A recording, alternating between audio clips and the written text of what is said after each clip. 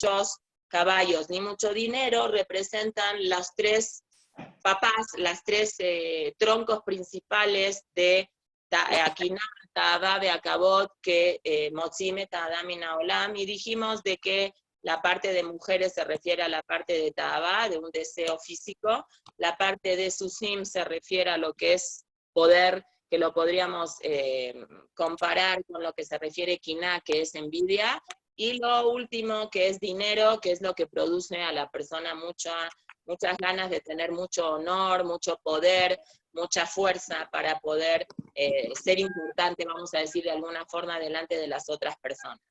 Y estas tres cosas que por un lado Shlomo Amelech consideró que él podía tener mucho de eso y que a él no le iba a afectar, es porque indirectamente estas tres cosas que por un lado parecería como algo que es todo negativo, no es completamente negativo. Tiene una parte positiva, gracias a que existe esa fuerza y esas ganas y esa ambición de que la persona quiere ser importante, eso le genera a la persona ganas de crecer.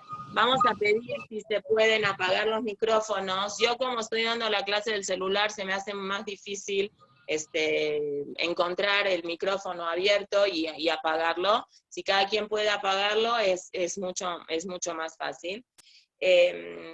Porque hace ruido, no por otra cosa. Y no hay nada completamente malo y completamente bueno.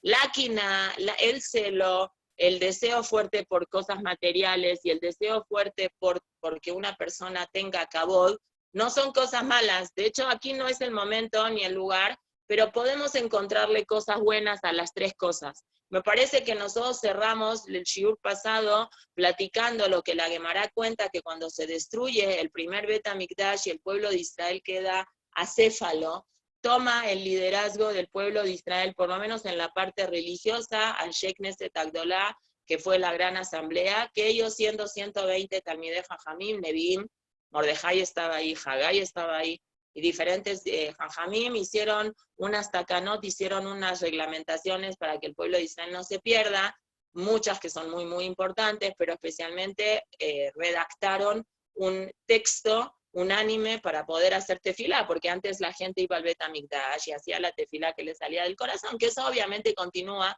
hasta el día de hoy, pero ellos aumentaron un texto unificando, hicieron la amidá, pusieron la Birkot HaShahar primero, establecieron un orden en el rezo como tiene que ser. Después con el del tiempo, y las comunidades se dividieron, y los sefaradim fueron más hacia la parte de Dota Mizraj, hacia la parte que es España, Portugal, Bulgaria, un poquito de Francia, y después ya se fueron a los países árabes, y los ashkenazim se quedaron más en los países de Occidente. Hay diferencias mínimas en las diferentes nusjaot, en los textos que hay en el Sidur. Entonces está el Sidur de Dota Mizraj, que sigue una línea muy cabalística, y después está el Sidur de los Ashkenazim dividido en dos, que algunos Ashkenazim hacen un nusaj que se llama Sefarad, que es parecido al Sefaradí, pero no es el Sefaradí, y otros Ashkenazim hacen el nusaj que es Ashkenaz, que la mayoría de la gente Ashkenazí, por lo menos de la corriente lituana, de las yeshivot y tayot, o la gente que es tipo la del Koilel Birkas Shmuel, o la del Koilel Ora Talmud, o me imagino que en Ramat Shalom, en los Knesses Ashkenazim, siguen el texto que es Ashkenaz, que sí es el mismo texto, pero con diferente orden. Pero bueno, ellos en Anshe Knesset Agdolá, cuando hicieron todas estas takanot, aprovecharon que vieron que había Et Ratzon, que era un momento de voluntad divina, y le pidieron a Hashem que quitara, por favor, ese impulso tan fuerte que sentía la gente por hacer idolatría. Y Hashem lo quitó. Cuando ellos vieron que Hashem quitó ese impulso, pidieron que Hashem también quitara el impulso, especialmente al mundo masculino, del deseo sexual y un impulso fuerte hacia las mujeres. Y Hashem lo quitó.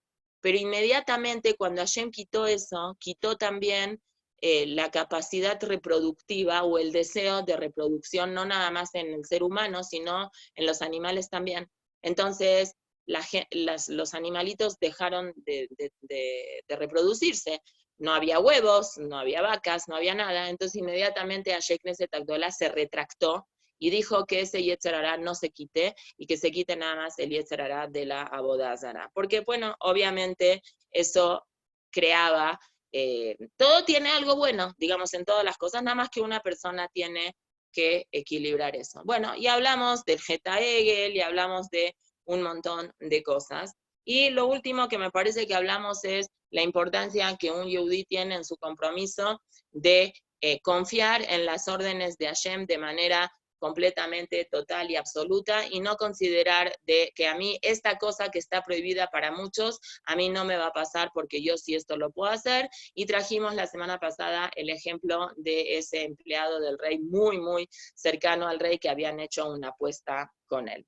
Ok, quiere decir de aquí que no existe hacer heshbonot con Hashem, no hay un tema de que yo sí puedo, a mí esto no me va a pasar, y yo puedo hacer como esa negociación y considerar de que hay cosas que para mí no quedan de la religión, porque eso la historia nos demuestra que no existen. Y para reforzar esta idea quisiera nada más traer un ejemplo que Besat Hashem nosotros, Besat Hashem Yitbaraj, con la ayuda de Boreolam que nos dé vida, y vamos a seguir cuando terminemos Melahim Aleph y vamos a estudiar Melahim Bet, más o menos, no me acuerdo bien en qué perek, pero no mamaya acabando, pero casi acabando el libro de Melahim Bet, la Torá nos va a enseñar, el Naví nos va a enseñar que había un rey muy, muy tzadik en el pueblo de Israel que se llamaba Hizkiyahu, que los jajamim lo vieron a él en un nivel de tzitkut tan elevado que creyeron que él tenía todo el potencial de ser el Mashiach. Y él vio en Ruach HaKodesh que él va a tener un hijo que va a ser un Rasha. Entonces él decidió que él no se va a casar. Y siendo todo el tzadik que él era, se le acerca Ishayahu a Naví, el profeta Isaías, y le dice a él directamente, tú te vas a morir y no vas a vivir. Kimeta tavelotijie. Te vas a morir y no vas a vivir. Así dice el pasuk en el Naví. Entonces todos los mefarshim dicen, es muy raro que Hashem se exprese con la persona hablando en un idioma redundante. Te vas a morir y no vas a vivir. Pues es obvio que si uno se muere no vive. Entonces los jajamín dicen, no vas a tener ni Olam Hazé, ni tampoco te voy a dar Olam Haba. Es decir, tu vida en este mundo físico va a ser corta y vas a tener también, no vas a tener acceso al mundo venidero. Entonces ahí todo el mundo explotó preguntando cómo puede ser una persona con el perfil de Hizkiyahu, que era un tzadik grandísimo, que había hecho cosas maravillosas por el pueblo de Israel, hasta el punto que los mismos jajamín pensaron que él era el prototipo de Mashiach. Decirle a una persona así, no vas a tener ni este mundo ni el mundo venidero. Y los jajamín contestan una conversación que está en la Gemara, que tuvo Hizkiyahu con el Naví Yeshayahu. Y esta conversación se basó a decir que cuando Hizkiyahu preguntó por qué voy a recibir un castigo tan drástico, y Yeshayahu le contestó, porque no te quieres casar.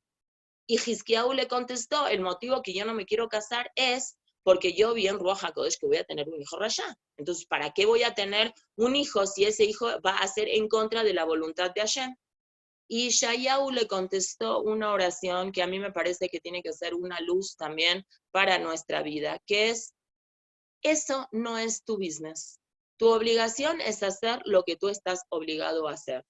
Tu obligación es invertir en la educación de tus hijos y tu obligación es educarlo como tiene que ser. Si esas cosas no resultan, no es tu problema. Tú no eres el responsable de los resultados de los actos que hacen si los actos están bien hechos.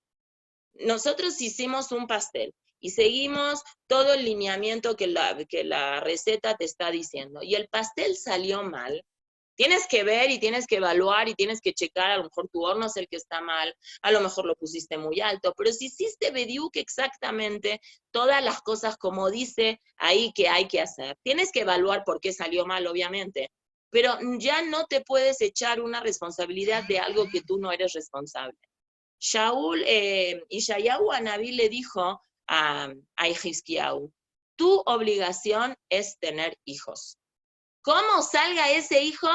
Tú échale todas las ganas del mundo, pero no es tu business. Entonces Hizkiyahu dijo, bueno, está bien, vamos a hacer una cosa, para que la cosa sea mejor de lo que yo vi en Ruach HaKodesh, me quiero casar con tu hija. Y ahí, porque dijo, yo soy tzadik, tú eres tzadik, tu hija seguro es una tzadeket. Entonces, tzadik yo, tzadik tu hija, es menos probable que el hijo salga mal. A Yeshayahu obviamente eso le cayó mal, mal, mal, mal, mal, y le dijo, bueno, búscate otra novia, nene, ¿por qué tiene que ser mi hija?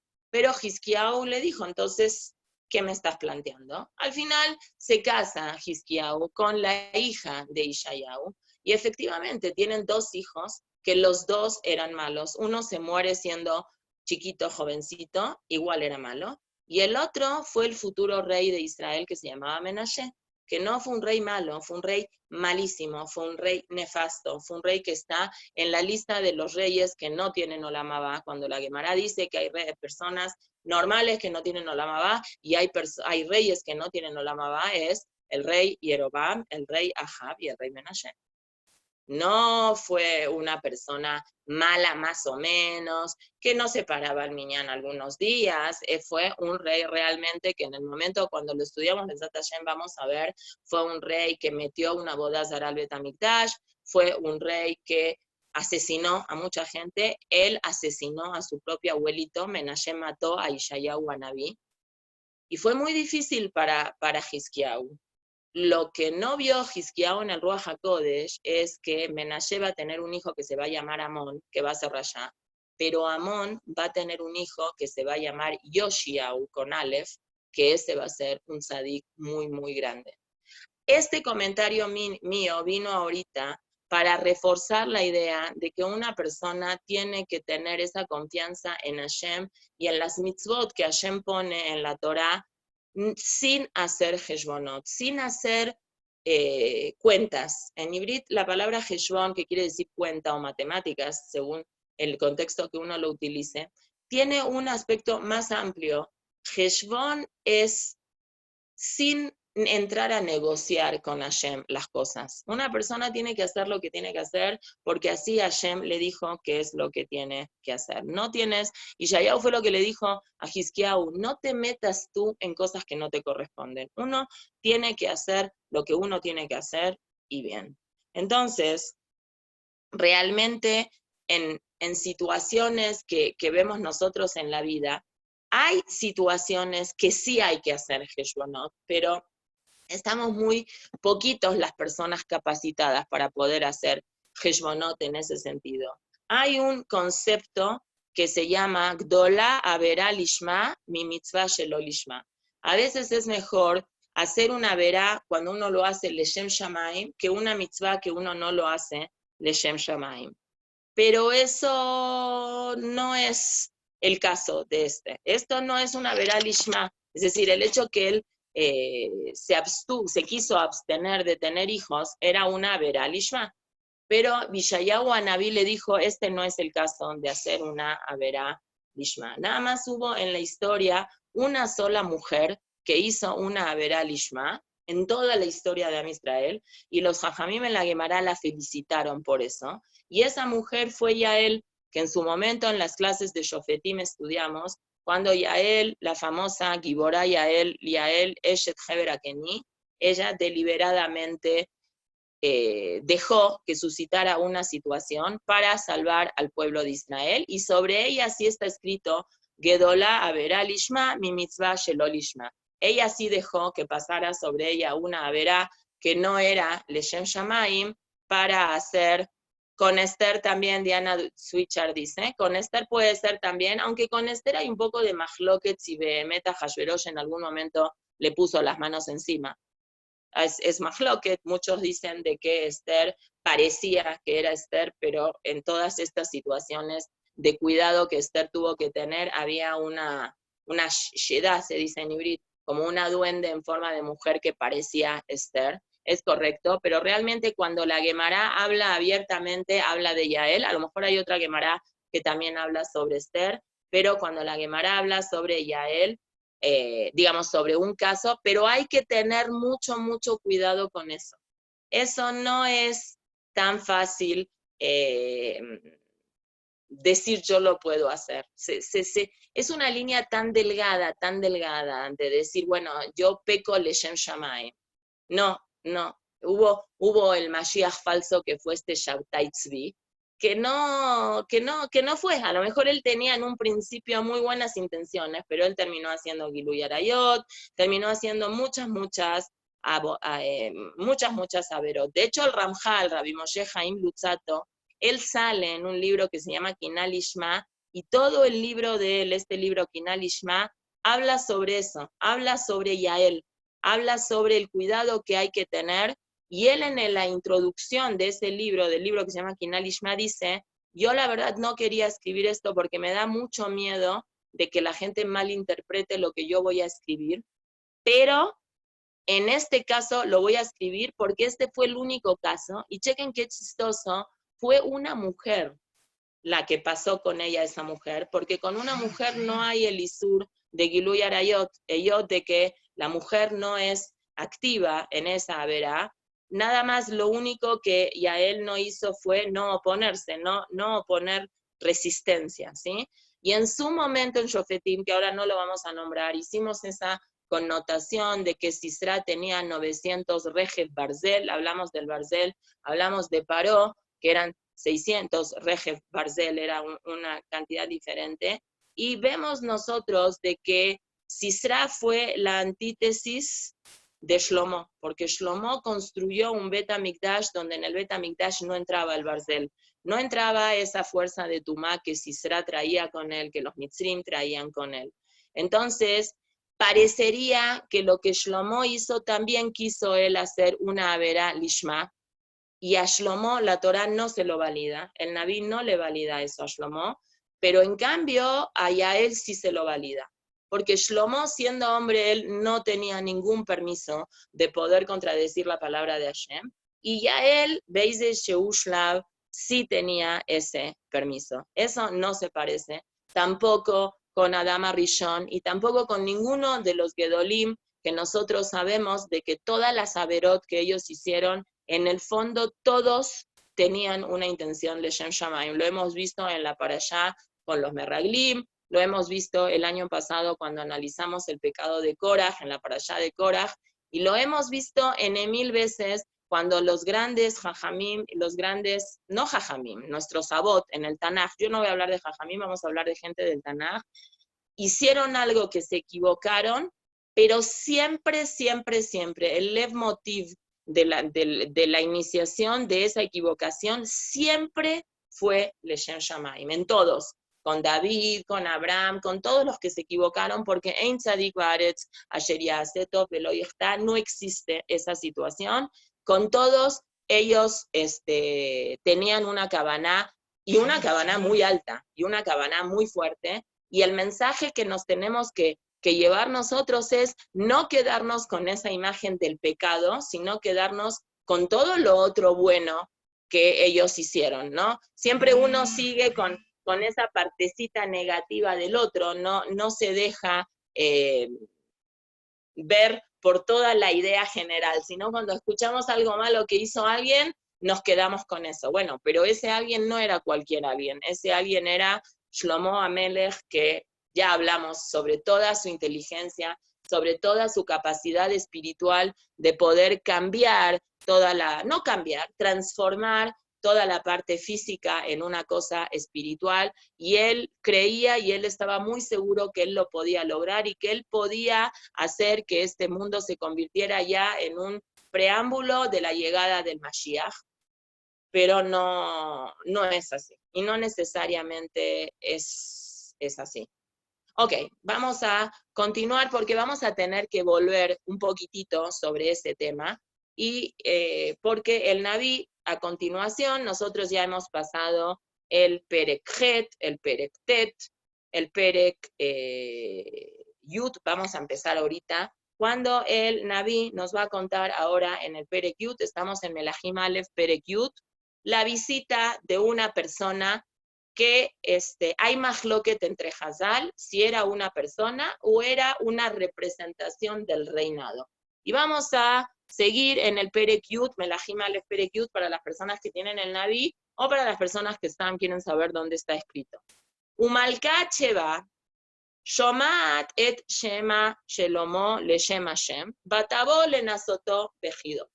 Y aquí es el mahloket que hay. Si esta persona, que seguramente ustedes oyeron sobre la reina del Saba, que de hecho la gente que en los 80 y pico de Israel, en verdad no fue en los 80 y pico, fue un poquito antes cuando Israel hizo un mitzvah, una operación de traer a la gente de Etiopía, me parece que habrá sido en principios de los 80, no me acuerdo bien.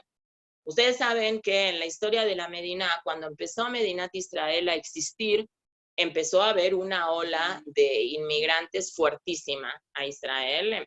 Ya había Yehudim que vivían en Yishuv en Israel, afilo en el mandato británico. Pero bueno, cuando en el 47, en el 48 se plantea en la ONU el tema este de Israel y los británicos deciden poner este tema sobre la mesa en la ONU y hacer como en un inicio que hayan dos Medinot y darle un pedacito de Israel a los árabes y un pedacito de Israel que los judíos se queden. Que bueno, no podemos entrar acá aparte toda la parte histórica y aparte entre nuestras queridas oyentes hay gente que toma o tomó el curso del diplomado con Eli Zuli, que me imagino que ya hablaron de toda esta parte histórica, cómo empezó Medinat Israel, todos los pros, todos los contras, etcétera, etcétera. Pero cuando se suscita esta situación, y Baruch Hashem, Israel logra una autonomía, y el viernes 14 de mayo de 1948, en la fecha hebrea Hei de Iyar Tafshin Het, Israel logra tener que se la reconozca como un país, como un estado. Hay varias olas que la Medina se ocupa de traer Yehudim que están en diferentes lugares. Obviamente una ola fuertísima fueron todos los sobrevivientes de la Shoah, con todos los problemas que este mandato de Rejaim británicos no dejaban entrar a los barcos, la típica película de Éxodo, que seguramente ustedes oyeron hablar de ella, donde el barco está atorado en Chipre y no lo dejan pasar, y todas las vicisitudes que pasan. No fue el único barco, hubieron muchos más barcos, hubieron barcos que el gobierno británico de Rejaim mandó a explotar, mandaron bombas, y hubieron barcos, no sé si saben esa parte nefasta de la historia de la Medina, donde el mismo grupo de Yehudim atacaron. No es para hablar de eso, pero sí también es importante que uno sepa esa historia, porque a veces uno ve mucha resistencia del mundo religioso frente al mismo Estado de Israel y a uno le da mucho coraje y uno dice, ¿cómo puede ser? Hay que entender también por qué muchas de las cosas que se hicieron y que se hacen en el gobierno van en contra de la filosofía judía y de la filosofía que debe de ser. Por eso existe también mucha resistencia en el mundo religioso frente a todo ese manejo de la política. Pero bueno, ese no es el tema de nosotros. Lo que sí es importante entender es de que dentro de la ola fuerte que Israel mandaba aviones a diferentes países para rescatar, por ejemplo, cuando fue lo de la gente que Israel mandó aviones a rescatar gente de Teimán, del Yemen, también mandó aviones a rescatar gente del país de África que se llama Etiopía. Y hubo una ola, y de hecho personas, ustedes si visitaron Israel por los 80, por los 90 o ahora también, van a ver bastante gente de tez afro, que son Yehudim, ahora religiosos. Bueno, existe de todo. También hay que tener cuidado porque hoy en día, no hoy, pero a lo mejor principios del 2000 también, hubo una inmigración de goim afroamericanos a Israel para tener oportunidades de trabajo, de Kenia, de otros países, que no me sé todos los países de África que fueron a Israel. Mucho cuidado, que ellos sí no pasaron ningún sistema de conversión ni de nada, son goyim que viven ahí, entonces también hay que tener cuidado de no confundir el goy que tiene tez oscura con el yehudí que tiene tez oscura. Estos etíopes, cuando llegaron a la tierra de Israel, Ayuto Anim, ellos opinaban, ellos decían, ellos reclamaban que ellos no tienen que pasar ningún proceso de conversión porque ellos son descendientes de esta reina Malkat Shva, porque históricamente relacionan este lugar con África. Ahora, Lefi Dat Hazal, en Baba Batra, la Gemara, hay una Gemara abiertamente que dice que la palabra Malkat, que la traducción literal es reina, no era una reina, era un representante del reinado, ¿sí? La Gemara sí dice, Amar Rabbi Shmuel bar Nachmani, dijo Rabbi Shmuel bar Nachmani en nombre de Rabbi Yonatán, todo aquel que interpreta que la palabra Malkat es de reina, y es decir, que esta persona era una mujer, Eino el atoe, se equivoca. Malkat Shva lo que quiere decir es Maljuta Dishva. Venía un representante del reinado de Shva. Recordemos que Shlomo Amelech recibe un país mucho más grande del país que conocemos nosotros, un país que él creía y consideraba que lo podía hacer un imperio, porque su papá ya había conquistado varios países alrededor de la tierra de Israel. Es decir, la tierra de Israel era mucho más extensa de lo que es ahora. Era lo que es ahorita, menos territorio árabe, todo era de Yehudim, más el norte, lo que sería el Líbano, lo que sería Siria, lo que sería Jordania, que todo era, eso era Rubén, Gad, medio Menashe, todo le pertenecía al pueblo de Israel, y Malhuyot y reinados que David había conquistado, Aram, diferentes lugares que David había puesto un representante en estos lugares, un representante Goy, que pagaba impuestos a la tierra de Israel. Israel se había vuelto un imperio muy grande que Shlomo lo heredó. Shlomo no tuvo ni una guerra en casi todo su reinado, y él lidera todo. Cuando él lidera todo y ve todo, obviamente que el pueblo de Israel empezó a tener sonar muy fuerte en los otros Malhuyot que habían en de los Goim. Y el Malhut de Shva, que se encontraba en África, que África dentro de todo está bastante cerca de Israel, y en diferentes países, porque los Psukim también no nombran nada más a ella, se nombra a que venían de todos lados a ver qué grandeza, y habíamos hablado de la mesa de Shlomo, qué comía, y el Bet HaMikdash y todo eso. Se hizo Shlomo Amelech de un nombre muy, muy famoso. Esa es la opinión de la Gemara. Rashi no sigue esa opinión. Rashi sí opina que era una mujer, lo vamos a ver más adelante. Y este señor que viene a representar el Malhut de Shva, de esta mujer,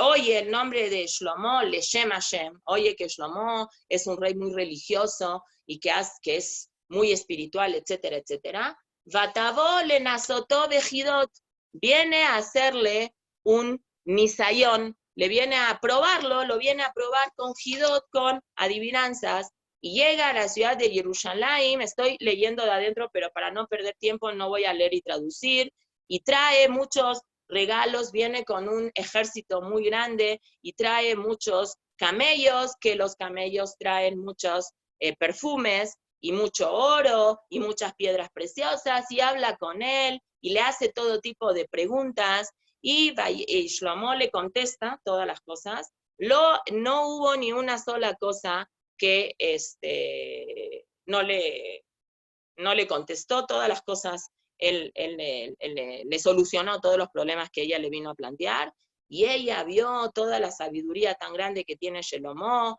y la casa que él construyó, y el Bet HaMikdash, y lo que él come, y la ropa, bueno, y los Jajamim aquí detallan qué cosas le impresionó mucho. Por ejemplo, una de las cosas que le impresionó mucho a este representante, o en su defecto a esta reina, es el sistema que tenían de guardias, que tenían guardias que cumplían X horas, es decir, una cosa muy moderna para ese momento, que ella quedó muy, muy impresionada, y ella le dice al rey, uy, esto que escuché realmente no era puro chisme, es una cosa real, es verdad. Y yo la verdad al principio no creía en todas estas cosas, hasta que vine aquí y vi con mis propios ojos. Y ahora, ¿quieres que te diga una cosa, Shlomo? De lo que me contaron, ni la mitad de lo que me contaron, que yo ya venía impresionada, veo yo mucho más de lo que yo oí.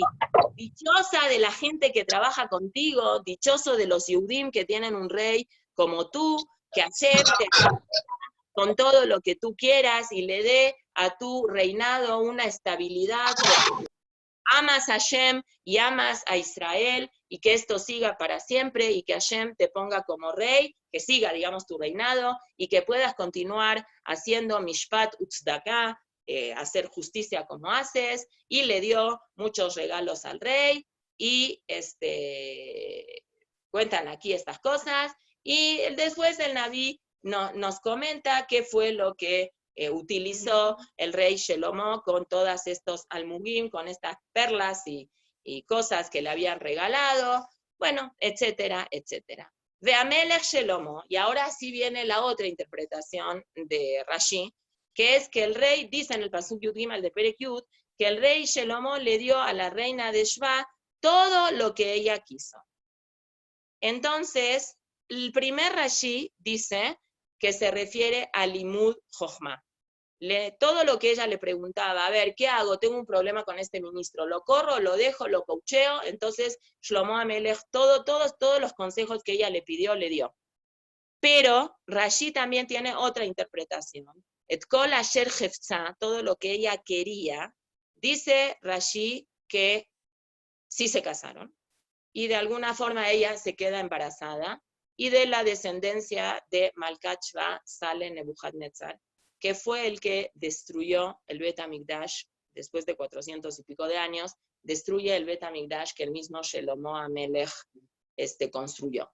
Pero esto lo que trae Rashi es Mikitreya Arizal, sin sacarle su poder al Arizal, pero es un poco contradictorio con lo que la Gemara en Baba Batra dice abiertamente que no era una mujer, ni se casó con ella ni nada, pero Rashi igual lo pone entre paréntesis en chiquitito, y la interpretación superficial sería de todo lo que ella quiso es que aparte de toda la enseñanza cognitiva y de todo el aprendizaje que ella se lleva, él también le dio regalos, ¿sí? Natanla, él le dio a ella matanot, umigdanot, le dio regalos y le dio delicias, a Metsuyinkan, que hay en Israel, que no hay en el país de donde ella vive.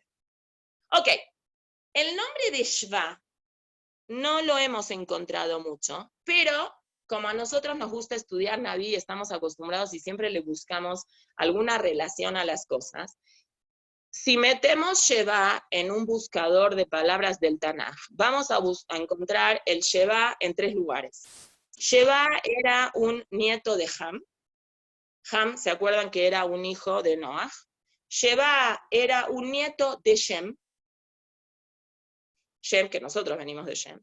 Y Sheva también, aparte de la Sheva de esta, es el nombre de, son 3 hombres.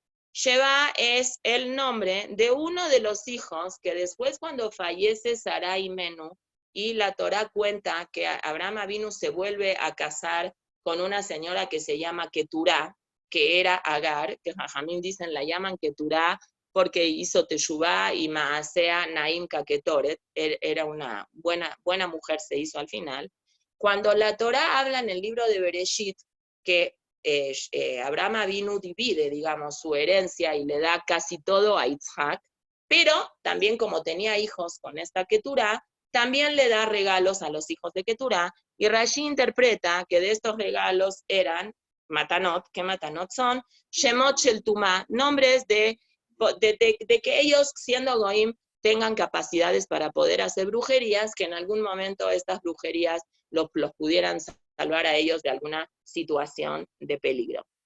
Vemos que el nombre Shva representa en la historia como medios algo contradictorio. Por un lado es el nombre de un nieto de alguien nefasto. Ham es el hijo de Noah, que del cual viene Canaán, y de Canaán tenemos nosotros los descendientes de Shem una obligación moral de terminar con ellos porque ellos ocuparon la tierra de Israel, y nosotros cuando íbamos a entrar a Israel les avisamos y les dijimos esta tierra es de nosotros, Bebakashá, por favor retírense de aquí.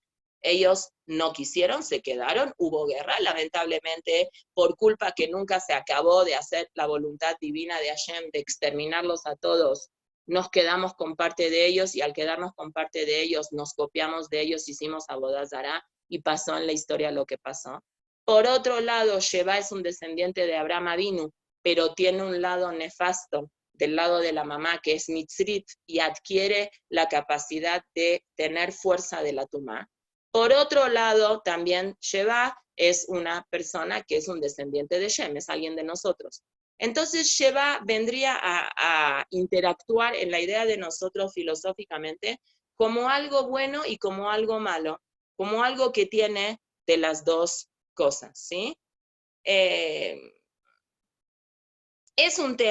Fue un tema muy discutido en el mundo histórico, ya no hablando del mundo tanají, donde está Sheba de verdad.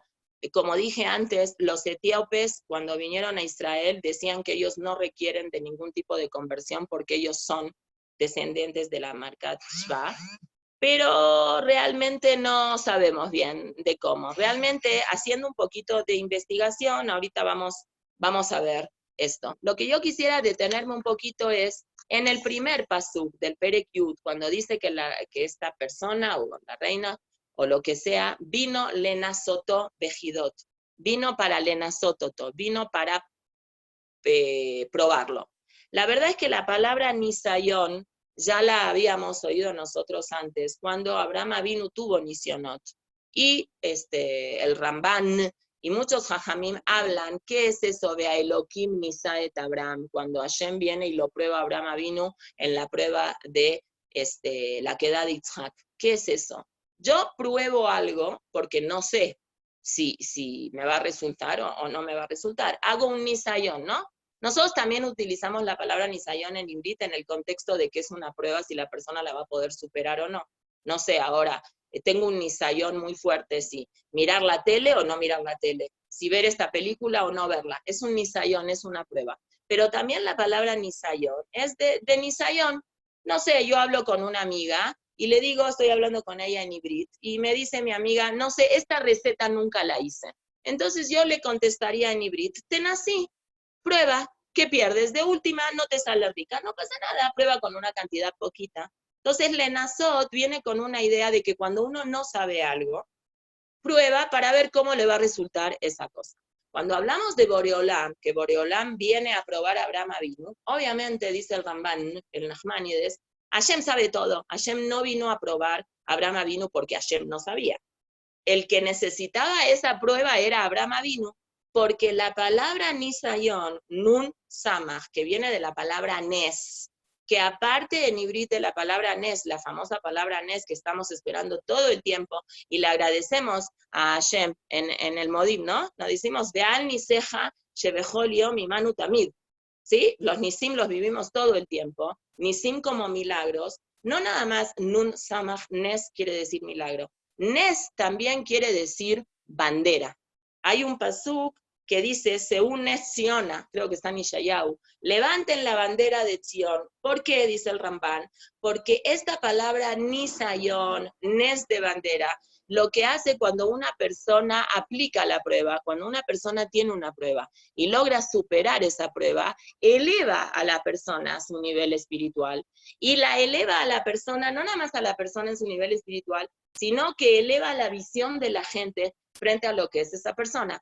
Cuando Hashem probó a Abraham Avinu a ver si mataba a su hijo o no lo mataba, que Hashem en ningún momento le dijo que lo mate, pero Hashem sabía perfecto que él entendió que tenía que matarlo, y quería saber si Abraham Avinu, con esa capacidad amorosa tan grande y haber ido por el mundo con la bandera que no se puede matar a los hijos por Hashem, cómo lo iba a tomar esta cosa tan contradictoria que Hashem le está diciendo, y lo asumió, pero no bien, recontra bien, y tan bien que lo asumió que hasta el día de hoy nosotros agarramos esa bandera, viva la redundancia, y vamos con Hashem todos los Rosh Hashanah y le decimos, Hashem, nos tienes que perdonar, Bishut Abraham Avinu, y por eso tocamos el shofar, etcétera, etcétera.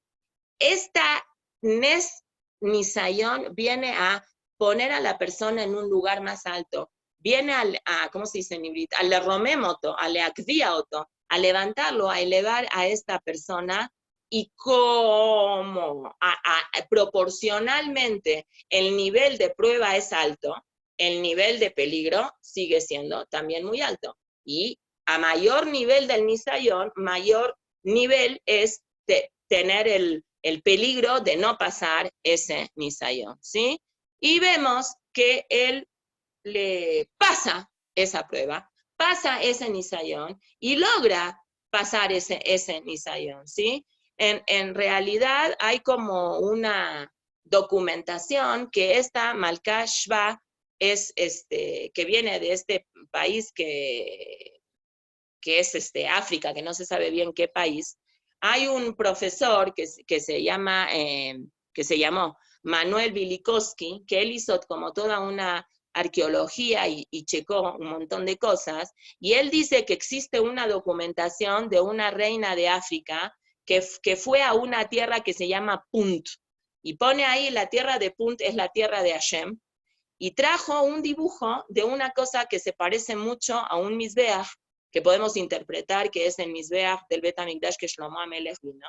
Y después dice, el Naví nos va a contar a nosotros más adelante, que después Rehavam va a tener una guerra con el rey de Mitzrayim que se llama Shishak, que el rey Shishak se robó del Bet HaMikdash algunos kelim, y hay dibujos de eso, y de hecho es muy interesante porque hay mucha documentación que avala, no es que Barminan necesitemos que haya una documentación que avale cosas del Tanaj, pero bueno, es muy interesante que toda esta cosa de la Malkat Shva está como que documentada de alguna forma.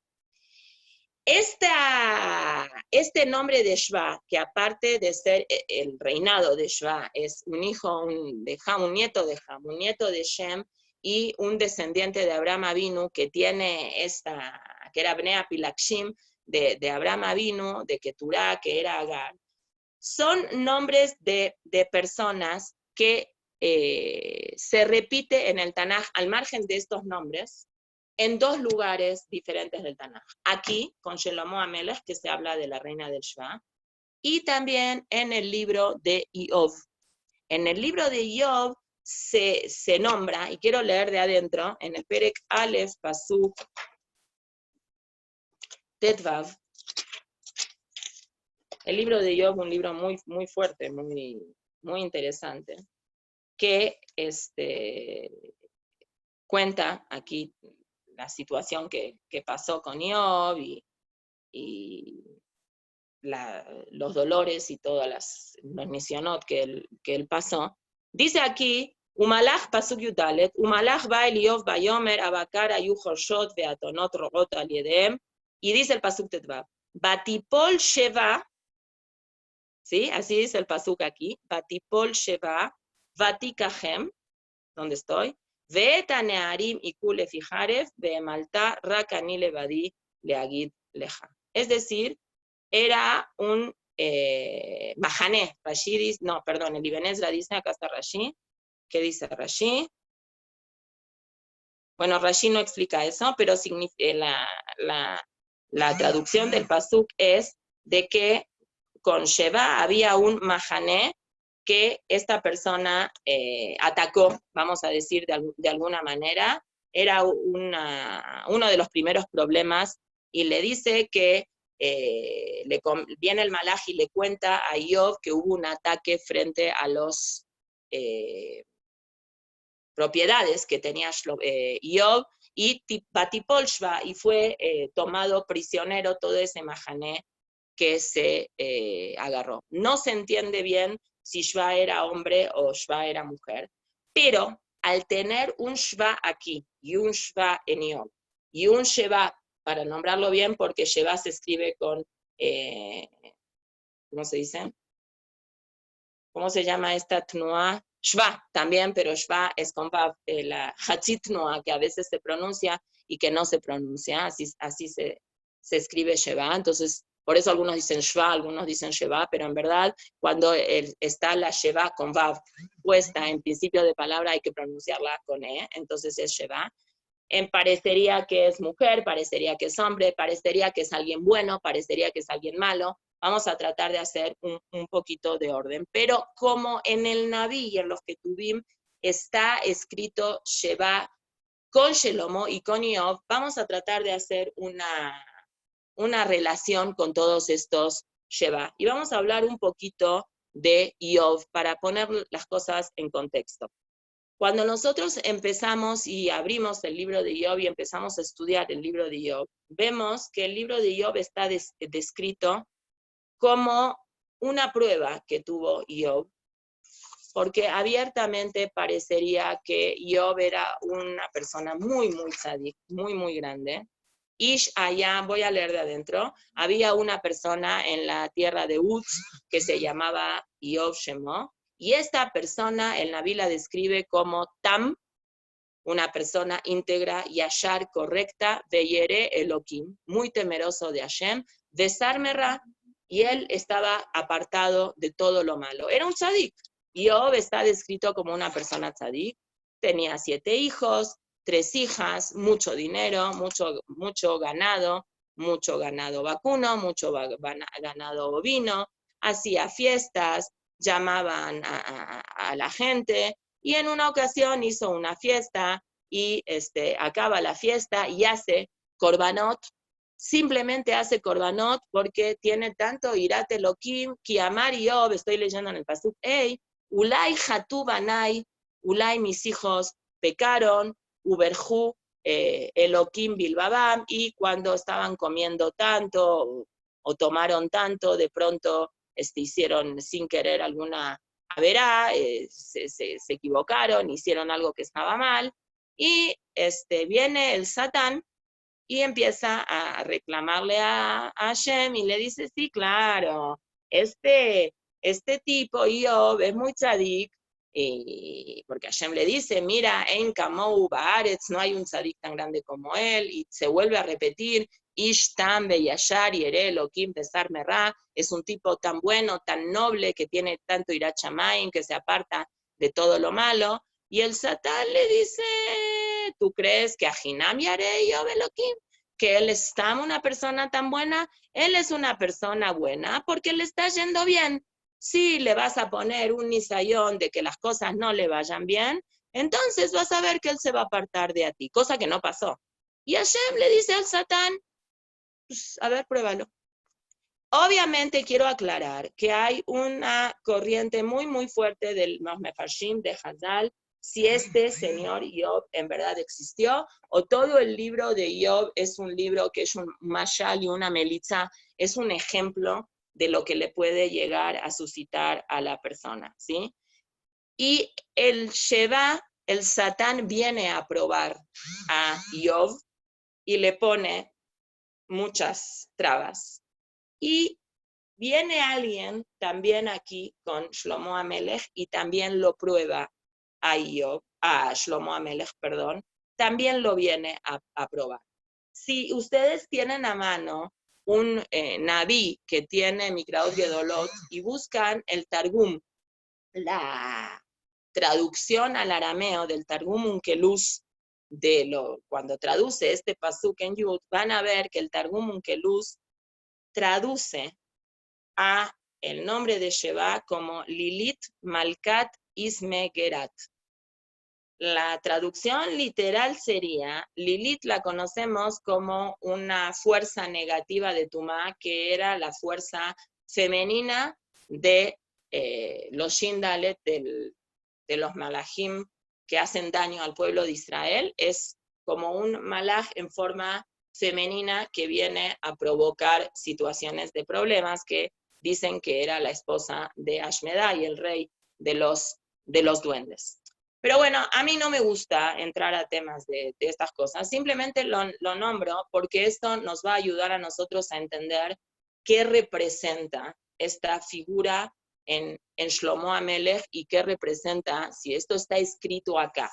Y en Naví se gasta tantos pesukim contándonos sobre situaciones de prueba que a ella le pone que el pshat beina mikra yotzemi de pshuto. Acá hay un pshat que vino alguien a comprobar si la inteligencia de Shlomo era como se estaba diciendo, y comprueba esa inteligencia, y se asombra mucho, y esta persona le llega a decir a Shlomo Amelech, a mí me contaron un montón de cosas de ti y ahora me estoy dando cuenta que ni la mitad de lo que me contaron es cierto, tú eres mucho más grande que lo que yo me estoy enterando que tú eres.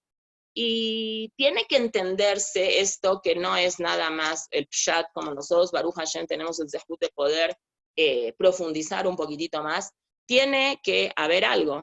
A Shlomo alguien lo viene a probar como una figura femenina, se ve esto.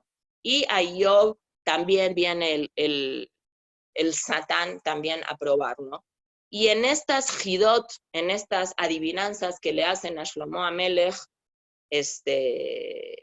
son todas cosas que el Naví describe como cosas físicas. Ella se queda muy impresionada de la mesa que él tiene, de las cosas que él tiene. Y vamos a regresarnos a 2 shiurim anteriores cuando dijimos que cuando el Naví describe la inteligencia de Shlomo, la describe que era una inteligencia mayor a la inteligencia de Mitzrayim. Es decir, Shlomo Amelech trabajó con él de alguna forma para elevarse más del nivel de la brujería, para elevarse más de las Kojot Atumá, que ya lo dijimos, para elevarse más de la fuerza negativa que Mitzrayim representa al mundo. Mitzrayim representa el Koach de Metzar, el Koach de la Tumá, Metzar Yam, ¿sí? Ellos, los Mitzrim querían encerrar al Yam, y el Yam en su momento cuando estudiamos los nombres de los Plishtim, que todos acaban con Aim, Aim, Aim, Aim, trajimos el Maharal famoso que él dice que el agua, el Yam, representa lo que es lo físico, y la Yabashá representa lo que es el espíritu dentro de la materia. Entonces, el Meitzar del Olam Hazé, ¿a quién se le dio la fuerza? Se le dio la fuerza al Koach Hatumá, a los Mitzrim se les dio esa fuerza. Vegam Libne Agar, y también a los hijos de Agar. ¿Y Agar quién era? Agar era la hija de Paró, que también venía de Mitzrayim.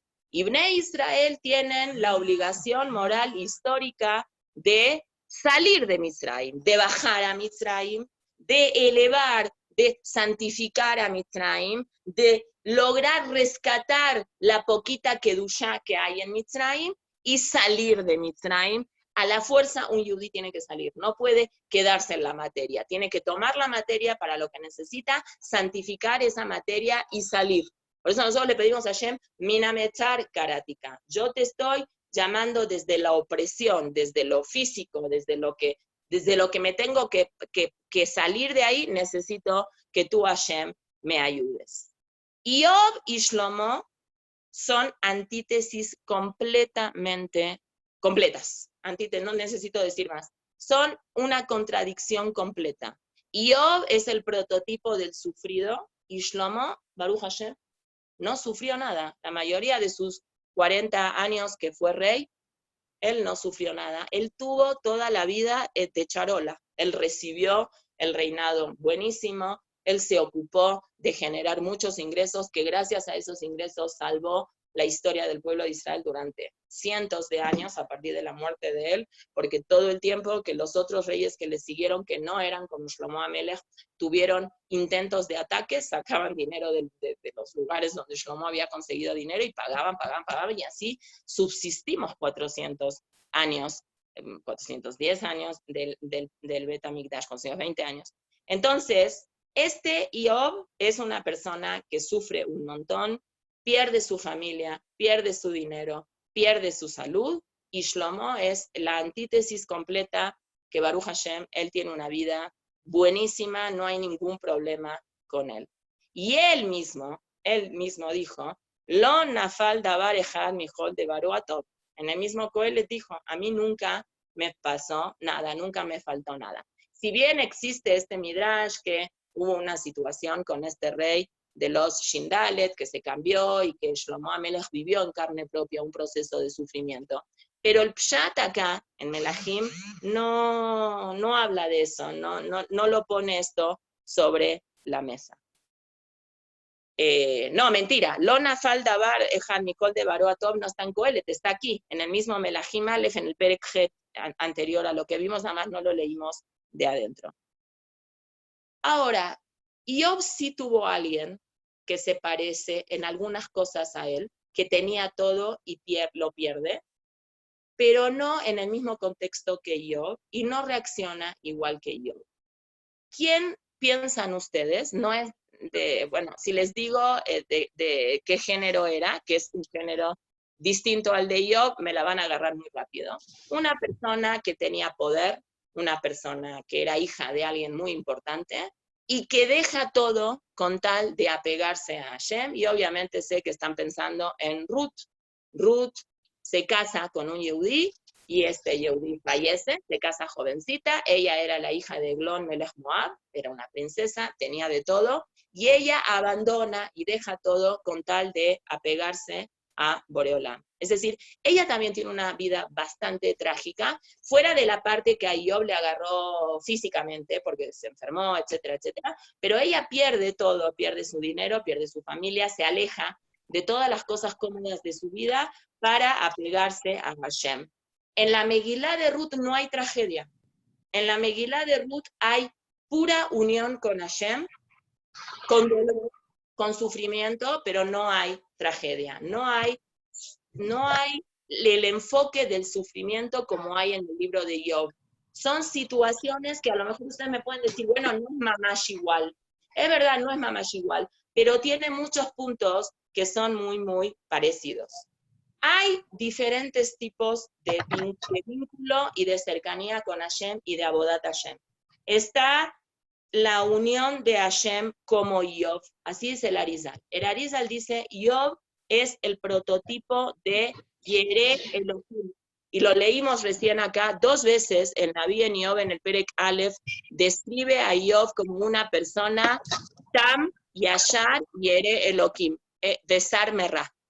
Job, el servicio de Hashem, de Job, el servicio hacia Hashem con Job era Sar Merah, el lado de Irat Shamaim, de Yereh Elohim, de Sar Merah. Él se alejaba de lo malo. Y todo el tiempo él pensaba de que esto que me va a pasar es porque a lo mejor hice una cosa que está mal. Como leímos antes, él está en plena fiesta, pero trae Korbanot y dice, a lo mejor mis hijos se equivocaron en algo, a lo mejor hicimos algo que está mal. Es correcto y está bien servir a Hashem por el lado de Irat Elohim, es un nivel muy, muy grande, pero cuando uno sirve a Hashem nada más por ese lado de Irat Elohim, del miedo al castigo, que es un nivel muy bueno y hay que tenerlo, porque estudiamos, y ustedes las que están participando en este shiur, que también toman shiur de Tania, me imagino que lo están siguiendo tomando, el Tania todo el tiempo habla de que no se puede llegar a la madrigá de Ahavat Hashem si no hay primero Irat Hashem. El verdadero Ohev Hashem es una persona que es Yereh Hashem. No es suficiente, no alcanza, y yo me atrevería a decir que es una mentira autoconsiderarse que una persona está sirviendo a Hashem solo por amor.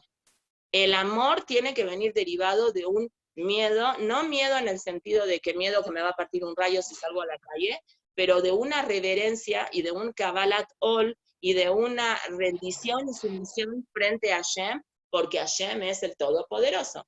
Yo no nada más lo quiero mucho a Hashem, yo a Hashem lo respeto mucho, lo reverento. Puede ser que mi nivel de reverencia se quede en un estado un poquito más bajo, que es un nivel de reverencia porque tengo miedo al pecado, que está muy bien y es muy válido, o puedo subir mi reverencia a lo que conocemos como Irat HaRomemut, que está en el Mesilat Yesharim, está en el Orjot Tzadikim, está en todos los libros de Musar, que el tipo de temor a Hashem, al margen de ser un temor que no quiero contradecirlo a Hashem porque tengo miedo que me castigue, que eso es uno de los 13 Ikarim de Emuná, que una persona lo tiene que saber, que existen los castigos, aunque hoy la psicología moderna está, no le vas a decir a los hijos la palabra castigo, mejor utiliza consecuencia y no utilices consecuencia negativa. Son shtuyot, perdón, si hay gente que me expreso de esa manera tan en contra, es una mentira. En la vida hay una causa y una consecuencia, y todas las personas que somos creyentes sabemos perfectamente, porque lo leemos todas las veces en el Kriyat Shema. Si te vas a portar bien, las cosas van a ir bien. Si te vas a portar mal, las cosas van a ir mal. Y el Naví y la Torá, y en todos lados lo repite una y otra vez, mientras el pueblo de Israel se apegó a las enseñanzas de Hashem, tuvieron líderes que continuaron con esa bandera de creer en Hashem, de cumplir la Torá, de hacer las mitzvot. El pueblo de Israel literalmente estaba bien.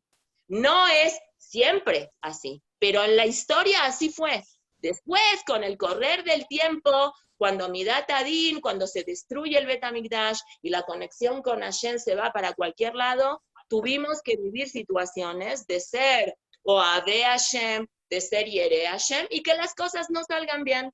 Es parte del mundo, así Hashem hizo el mundo, por eso Bitjilá, el mundo está con el nombre de Elohim todo el tiempo, y después Hashem mete en Bereshit Yud Kei Vav Kei, que es Midat HaRahamim, y el mundo se va equilibrando entre Midat Adin y Midat HaRahamim. Pero Bitjilá, como dice ahí Rashi, en un principio Hashem quería hacer el mundo de Midat Adin, y después se dio cuenta que las personas no aguantamos, entonces le metió el Yud Kei Vav Kei con el Elohim, se hizo Midat HaRahamim, y entrando en el mundo. Pero el mundo, como dice el libro este de Rav Tauber, tuvo dos procesos. El proceso que la máxima representación de la presencia divina es en la época de Moshe, es cuando todo va muy bien, entonces hay un man, entonces se parte el Yam Suf, entonces hay Ananea Kabod, entonces Moshe Rabbeinu extiende la mano y se parte el Yam Suf,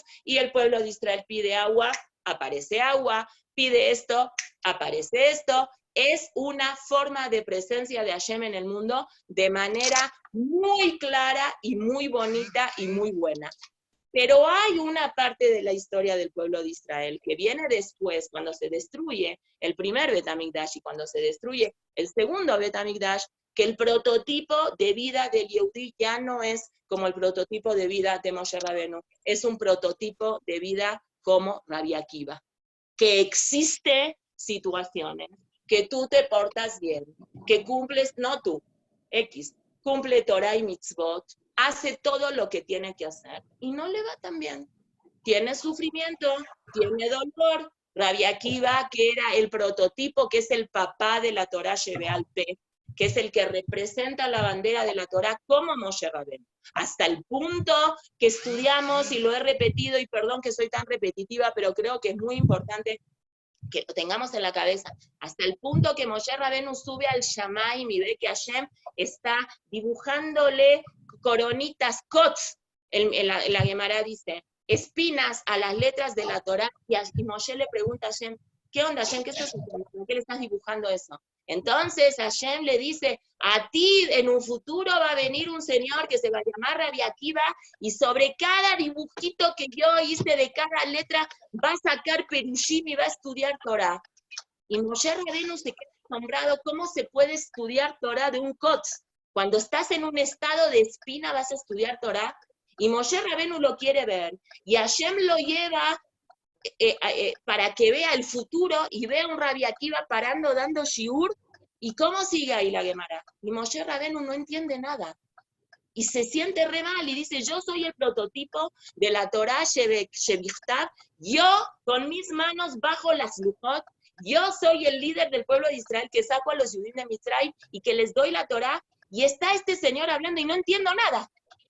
Y va con Hashem y le dice, si tienes una persona grande como Rabbi Akiva, da la Torah con Rabbi Akiva. Y Hashem le dice, la Torah no te la voy a dar con Rabbi Akiva, la Torah te la voy a dar contigo, tú te callas la boca y vete para atrás.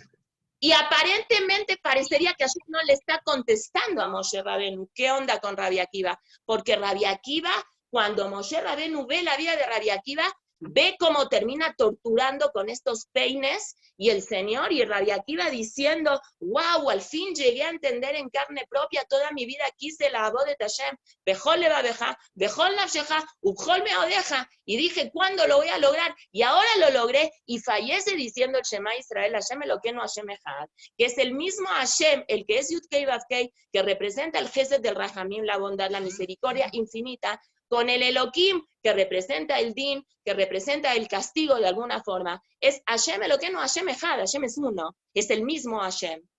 El Rabbi Akiva es el que trae esa capacidad de la avodat Hashem en los momentos más dolorosos de la vida de la persona.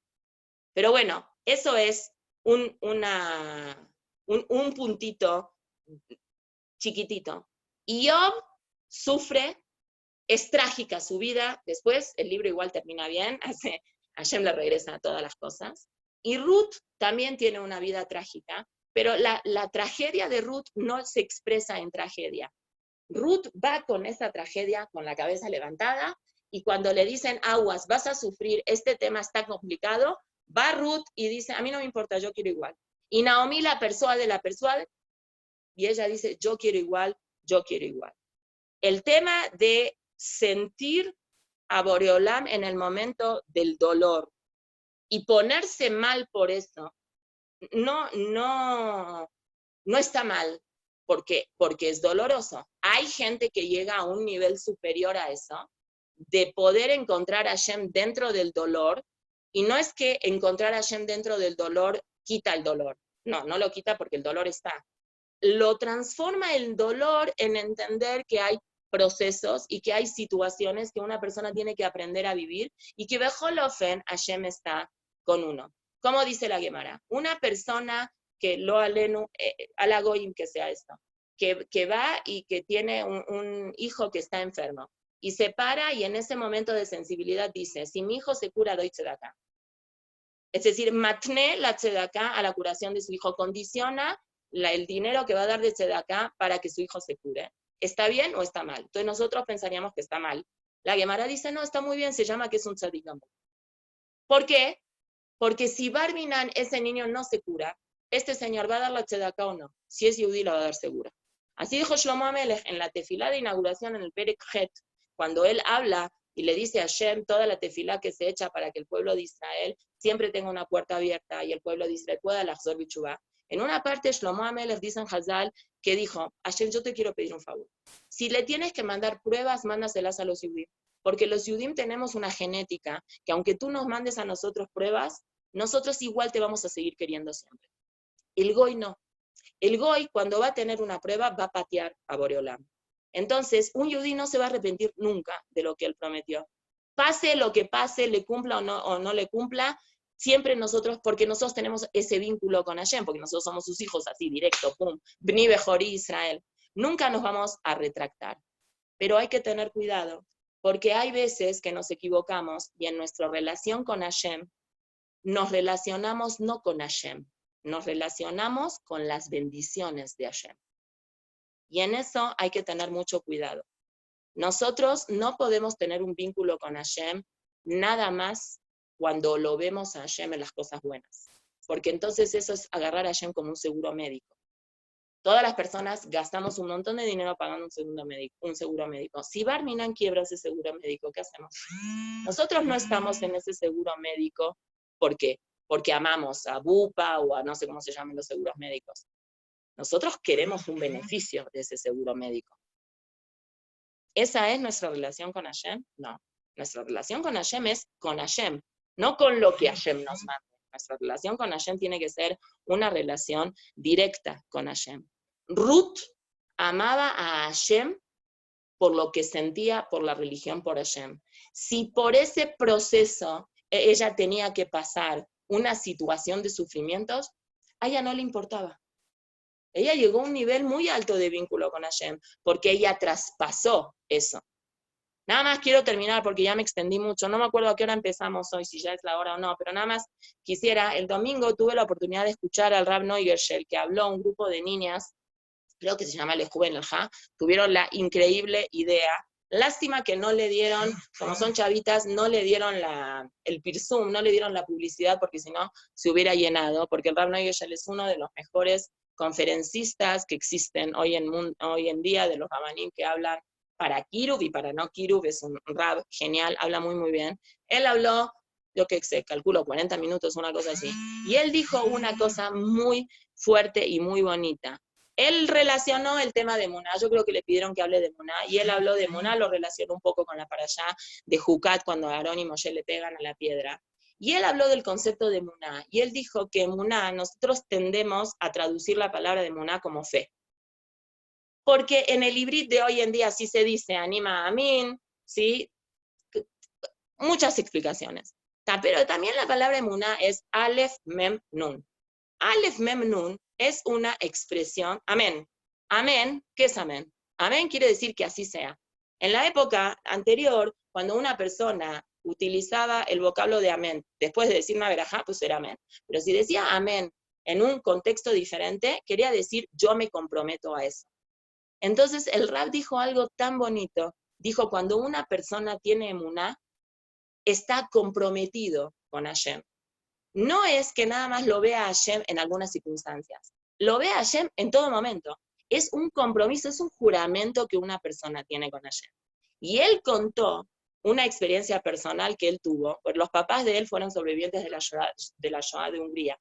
Y la mamá no solía hablar mucho de la Shoah, pero en algunas ocasiones que los hijos le preguntaban, hablaba. Y en una ocasión, así como que se le fue, ella contó sobre su papá de ella, que no entendí yo bien si al final pudo hacer aliyá como los papás o falleció en la Shoah, que el papá era una persona que muy religiosa, y que en Pesaj, cuando ellos estaban en el campo de concentración, los nazis le seguían dando pan, y el papá no nada más no comió pan durante esa semana, sino que no quiso tocar el pan en esa semana, porque el pan de uno es Baliraí Balimatze, sino que después de Pesaj, el primer día después de Pesaj, tampoco quiso comer pan, porque es la halajá, que es que si uno no vendió el hametz como tiene que ser, se llama hametz shabar alaba Pesaj, y no se puede tener a nada. Y su hija estaba tan asombrada de eso, y decía, pa, tú eres un tipo tan religioso, ¿cómo es que estás sufriendo tanto? Y el abuelito le contestaba, me frein mis calles, no se hacen preguntas. Y ella al principio, cuando era chiquita, interpretó eso, de que no se hacen preguntas es, no se puede preguntar sobre Hashem. Pero cuando fue ella más grande entendió que cuando una persona va de la mano con Hashem, con tanta confianza, con tanto compromiso, con tanto juramento con Hashem, que no tiene preguntas, hace lo que tiene que hacer y no pregunta. No en el sentido de que no pregunta, o si pregunta le contestan, shh, no se pregunta. Eso no es religión. Si tú tienes un cuestionamiento, plantéalo. Y si vas con alguien que te dice, hereje, estás preguntando cosas que van en contra de la Torá, es porque esa persona como no te la sabe contestar y no sabe decirte porque no tiene la humildad suficiente de contestarte, la verdad no sé, es una pregunta buenísima, no sé, reacciona de esa manera. Vayan y pregunten y cuestionense, es una obligación del Yudí y el Rambam cuestionarse cosas de la religión. Él no quiso decir eso, él quiso decir, él no tiene preguntas, él hace lo que tiene que hacer. No hay preguntas, para él no hay preguntas, ese era el nivel de Ruth.